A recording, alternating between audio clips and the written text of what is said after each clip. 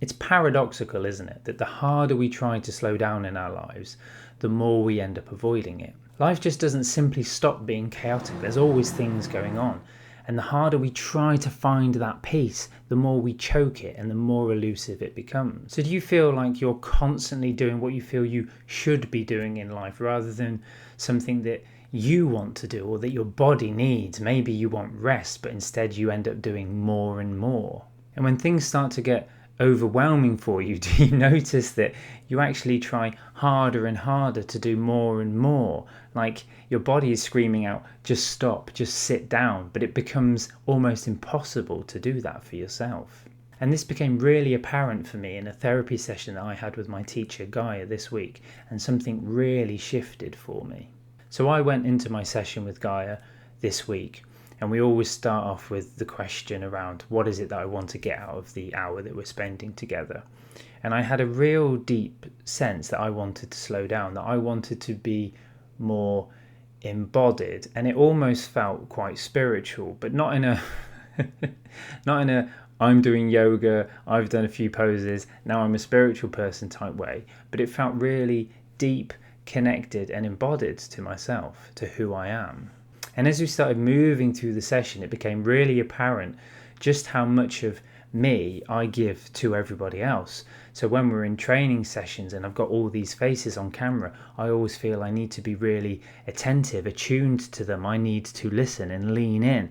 And that's really draining, when in fact my body, my nervous system just wants to sit back, maybe stare out the window. But my head tells me that's rude, you're ignoring them, you're not present enough with them. And it really became clear just how draining and tiring that is, and just how when that happens, I'm not listening to my needs, to what my body wants. And that gets me quite irritated, I get frustrated, I get annoyed, and I get, to be honest, pissed off with people. So just in that hour, something huge shifted for me around actually, when I'm in a training session, when I'm in life, whenever I'm just going about my day-to-day business, I need to stop and tune into myself and ask myself the question, what is it that I really need? Instead of following all the shoulds, I should be working harder, I should be doing more. Just check, see what my body needs. Does it want to just sit and rest? Do I want to go outside and water the plants? What is it that I want? And then notice the guilt and the shame, the voices that say, well, that's just lazy, that's just selfish, you need to stop that right now, and learn to be with that stuff. And it really reminded me a few hours later about my cancer diagnosis. So if you don't know, a couple of years ago, I was diagnosed with stage 3 bowel cancer. And during that time, a lot of people commented on how strong I was. But I wasn't really. I just took it as an opportunity to sit with what was coming up for me. And sometimes it was really painful and sometimes it was weirdly liberating, but I was okay with just, because I didn't have to worry about anything else. It was forced upon me to sit back and just be with those difficult emotions. And somebody close to me has had a cancer diagnosis recently, and I've really noticed that how many people go into the opposite. So they go into that avoidant type. She just wants to get back into work. She wants her surgery and then be done with it, get back into work and throw herself into it. And you might think, well, that's good, I get that. But it's also avoidant because cancer's huge. There's a lot to process. There's the trauma on the body, on the emotions, on your nervous system, all of that. So you do need to take your time and sit with it and process it. It's a form of PTSD. But isn't it interesting how one person can sit back and be with it, and yet there's another style that makes it more avoidant. They want to just get on with life, get into the doing because they feel they should, rather than what their body actually needs. And the core message that I really want to hit home here is that slowing down isn't about being lazy. It's not about doing nothing or avoiding.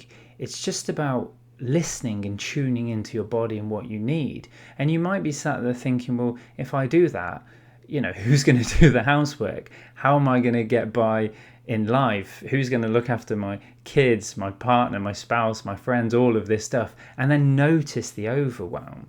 But what I'm saying is that we can be with ourselves. We can slow down and reconnect with our bodies And still all of that stuff will get done, but without the nervous system overwhelm, without the fight, flight, or even the freeze, if you're like me, that comes with that.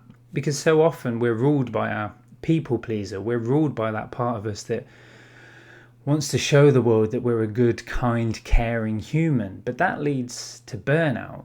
And as I mentioned, not doing that stuff doesn't make you lazy. It doesn't make you selfish. It's just about self-care. You're taking the time for you. You're still going about life, but you're just doing what feels right for you. You're nurturing yourself. You're nourishing yourself. In developmental trauma terms, which is the work that I do, you're probably giving yourself the love and the care and the compassion and the kindness that you didn't get when you were a child. You're tuning into your needs. You're tuning into what you want in that moment, in the present moment. So I really want this to hit home. When that voice comes in, when you decide to do something for you, notice the shame. Notice the voice that says you're lazy, you should be doing more, you don't deserve that. And maybe instead of listening to it, just be aware of it and then check what you actually want. And I guarantee you there will be a difference between what your body wants, what your nervous system wants, and what those nasty voices in your head tell you to do. And this is the crux of our work. So often we believe that the mind is kind of the all-singing, all-dancing, powerful force behind decisions and what we should do and what we should listen to. And we forget that, as somebody in one of my trainings recently said, they're not just a head on a stick. We have a whole body, and we get lots of information from our nervous system, from our bodies. What do they want to do in this moment? It could be that you want to do lots of movement and running around and doing stuff, but it could be that you want to sit back and relax. And as I keep saying, do something for you and really receive that. What would it be like to do something for you? So I'd just love to do just an invitation to do an exercise with me now to see what's really going on for you, because chances are you don't ever take the time, maybe you've never done it, to just sit and see what's happening right now. So let me ask you, what's happening for you right now? What's going on in your mind? Are your thoughts racing? Are you thinking, this video is terrible, I want to skip to the next one? Do you feel a pull, an urge in your body to run, to escape? Do you feel quite shut down? Do you feel energized? Is there any feelings in your hands, in your body, in your feet?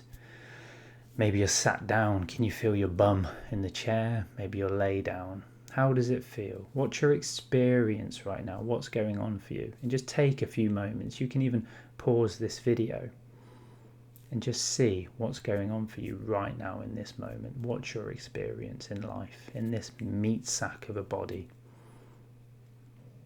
And just that small exercise is noticing. It's giving something for you. It's checking in to see what's happening in your experience, in your body. And that's the key. The more we do that, the more we learn who we are. We develop more of an aware ego around what's really true for ourselves and what we really need and what we really want. And I'd love to hear from you in the comments below how that small exercise was for you, how it felt, how it went. And if you often find yourself stuck in overthinking and overwhelm and even procrastination, then there's a video that I invite you to watch next, which I think you'll find really powerful and useful, and you can check that out up here. I hope this has been informative, useful, an experience, something, whatever it might be for you. Have a beautiful day. Big love, John.